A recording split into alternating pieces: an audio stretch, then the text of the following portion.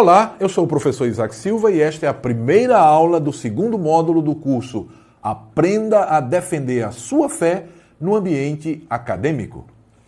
Nesta aula, o nosso tema será a existência de Deus.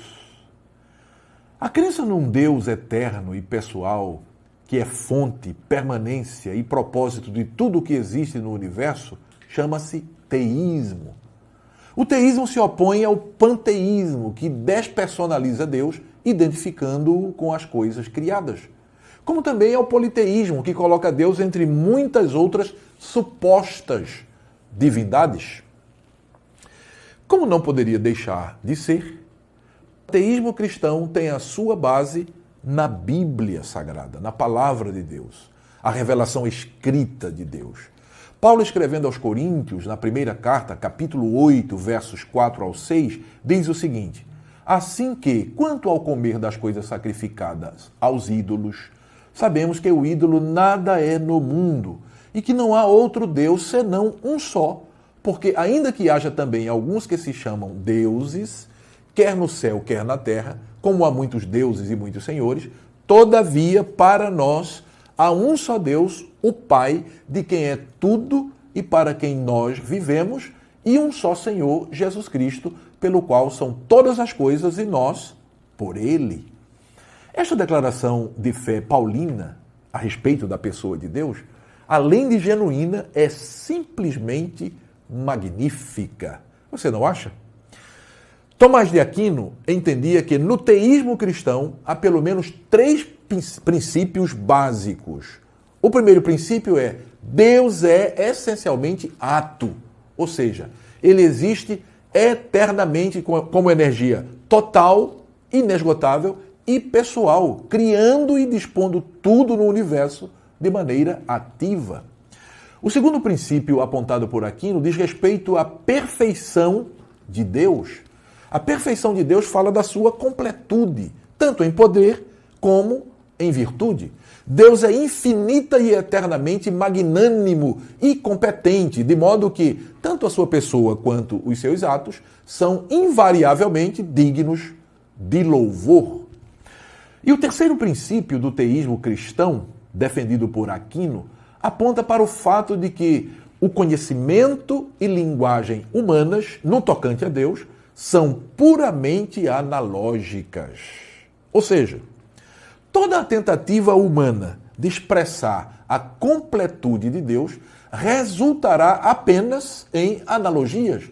E isso porque os sentimentos e atividades divinas são infinitamente superiores a qualquer experiência humana. Assim, todos os termos utilizados para explicar a pessoa de Deus e seus atos serão apenas analogias. No Antigo Testamento, Deus se revelou através de alguns nomes, como, por exemplo, Iavé. Iavé é derivado do verbo hebraico ayá e significa ser, estar, existir, tornar-se, acontecer, e revela o Deus automantenedor e autossuficiente, aquele que se revelou a Moisés na sarça ardente como R-E, Axé, R-E, ou seja, eu sou o que sou. Este nome revela pelo menos 2 características da natureza divina, que são a fidelidade e a imutabilidade de Deus. O nome Iavé no original não possuía vogais. Era escrito pelas consoantes Y, H, V, H, de maneira que era impronunciável. Conhecido como o tetragrama, era escrito dessa forma para evitar a vulgarização do nome de Deus. Tal era o respeito que os judeus, sobretudo os rabinos, nutriam e ainda nutrem para com o nome do nosso Senhor, do Deus Todo-Poderoso. Quanto aos judeus, quando eles se referiam a Deus, pronunciavam reverentemente o termo Adonai, que significa Senhor. E para não esquecer e pronunciar a palavra, ou de pronunciar a palavra Adonai no lugar do tetragrama, o que é que os rabinos fizeram? Eles inseriram as vogais de Adonai no tetragrama, resultando na palavra Iavé. Isso aconteceu durante a Idade Média. Esta é a origem do nome Iavé. Bem, Como ser supremo, Deus se revelou no Antigo Testamento por meio de vários nomes, seja nomes genéricos ou específicos. Todavia, não é este o tema da nossa aula. Portanto, vamos seguir falando sobre a existência de Deus. O evangelista João escreve o seguinte: Deus é espírito. Isso mesmo. Portanto, não pode ser conhecido pelo intelecto, mas somente espiritualmente. E é exatamente aqui que esbarramos na trava, que eu chamo de trava de segurança, cuja chave está nas mãos de Deus. E é essa chave que podemos chamar de fé, que libera o acesso ao conhecimento sobre o Criador. Por essa razão, aqueles que tentam racionalizar totalmente a fé cristã, como tentou fazer o filósofo alemão e ateu, não é? Ludwig Feuerbach, lá no século XIX, simplesmente não conseguem. O filósofo Feuerbach é conhecido por sua tese da antropologia invertida, que afirma que foi o homem que criou Deus e não o contrário. Você já ouviu falar sobre isso? Ao longo da história, muitos homens, assim como Feuerbach, têm tentado conhecer a Deus apenas por meio da razão. Como não conseguem, pois o homem decaído jamais poderá conhecer a Deus apenas pelo esforço de sua própria mente, então resolvem ignorá-lo e afirmar que ele não existe. É assim que surgem os ateus. Mortimer Adler, em sua obra Como Provar que Deus Existe, vai dizer que a razão não pode fazer a ponte e atravessar o abismo para o mundo caloroso em que há amor e amizade entre Deus e o homem. O melhor que pode ser feito com o raciocínio filosófico nos deixa no frio, fora deste mundo caloroso. Muito interessante isso que Adler fala, não é verdade? A tese de Freud, produto de suas frustrações, afirmando que Deus seria a projeção emocional infantil da imagem paterna biológica, transferindo essa imagem para um ser sobrenatural de quem depende, não anula a realidade da existência real do Criador. Jacques Maritain, em A Significação do Ateísmo Contemporâneo, diz que o homem negou a Deus para se libertar de um poder absoluto, mas, em vez de adquirir essa liberdade, não fez mais do que se escravizar à imanência histórica e ao absolutismo do vir a ser, ou seja, do eterno devir. Em outras palavras, negando a existência do seu Criador, o homem precisa constantemente se reinventar em seus argumentos para viver a sua história como se Deus não existisse. A vida do ateu e do agnóstico deve ser muito difícil, não é verdade? Ao longo do nosso curso, Querendo Deus, apresentaremos os principais argumentos a favor da existência de Deus, que são o argumento cosmológico, ou da primeira causa, o argumento ontológico, o argumento teleológico, também conhecido como argumento do design inteligente, e como brinde especial, veremos ainda sobre o argumento moral. Você não perde por esperar. Nós vamos tratar estes assuntos no nosso curso. Particularmente, gosto muito da abordagem que o decano filósofo cristão Alvin Plantinga faz sobre o processo de acesso ao conhecimento de Deus.